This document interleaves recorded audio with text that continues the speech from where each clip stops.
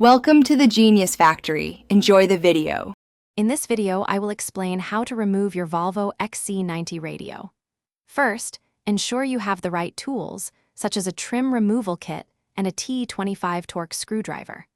Before starting, move your gear selector to the lowest position to create more working space. Most importantly, disconnect your car's battery to ensure safety and prevent any electrical problems while you work on the system. Next, you'll need to carefully remove the trim around the gear selector. Use a plastic pry tool to lift it without causing damage. Once that's out of the way, you'll see two torque screws holding the climate control unit. Remove these screws. Then, gently pull the climate control unit forward.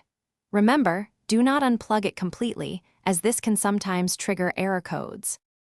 With the climate control unit moved aside, you'll find two more torque screws deeper inside the dashboard. Remove these to release the main radio assembly. Now, you can carefully pull the entire radio unit straight out from the dashboard. Once it's accessible, disconnect all the wiring harnesses and antenna cables from the back. Take your time to ensure all connections are properly released. To reinstall your radio, simply reverse these steps. Make sure all electrical connectors are firmly in place before pushing the unit back into its housing. Double-check that all trim pieces snap securely into position. Taking your time during reassembly will prevent any rattles or loose parts. For more great tips and other deals, including a fantastic book on personal finance, be sure to check the description below this video.